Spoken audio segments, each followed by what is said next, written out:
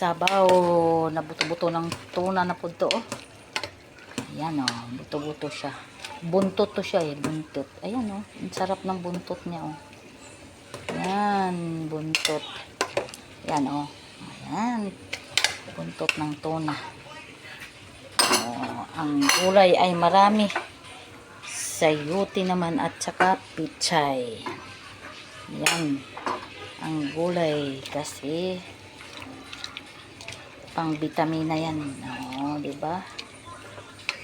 Kahit kunting laman, basta may sabaw at saka gulay, fights na. Malamig ang panahon, maghigop ng sabaw. Oh, di ba?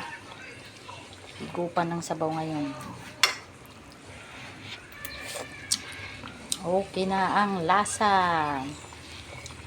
Konting pain-in na lang, luto na ang mga ulam. Ulam sa taglamig. O yan, oh.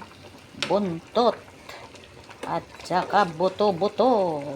Nandito na. Ano lang yan? 115. O, diba? Ulam na.